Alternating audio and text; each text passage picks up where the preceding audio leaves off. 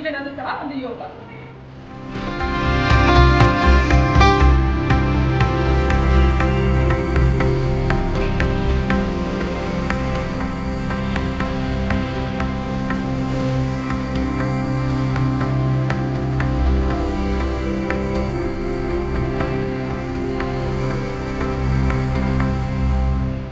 ಅದಕ್ಕೆ ಹೇಳೋದು 3 ಹೊತ್ತು ಮೊಬೈಲು ಮೊಬೈಲು ಮೊಬೈಲು.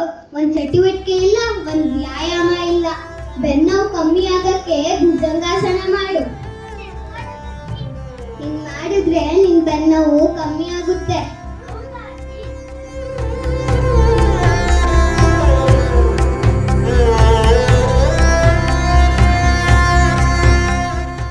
ನಾನು ಓದಿದ್ರೆ ಚೆನ್ನಾಗಿ ಓದಿ ಮುಂದೆ ಜೀವನದಲ್ಲಿ ಇಂಜಿನಿಯರ್ ಆಗ್ಬೋದು, ಡಾಕ್ಟರ್ ಆಗ್ಬೋದು, ಉದ್ಯಮಿ ಆಗ್ಬೋದು, ಸಮಾಜದಲ್ಲಿ ಬಹಳ ಪ್ರತಿಷ್ಠಿತ ವ್ಯಕ್ತಿ ಆಗ್ಬೋದು, ಶ್ರೀಮಂತನಾಗ್ಬೋದು ಅಥವಾ ಬಡವನಾಗ್ಬೋದು, ಬಡವನಾಗಿ ಹುಟ್ಟಬಹುದು.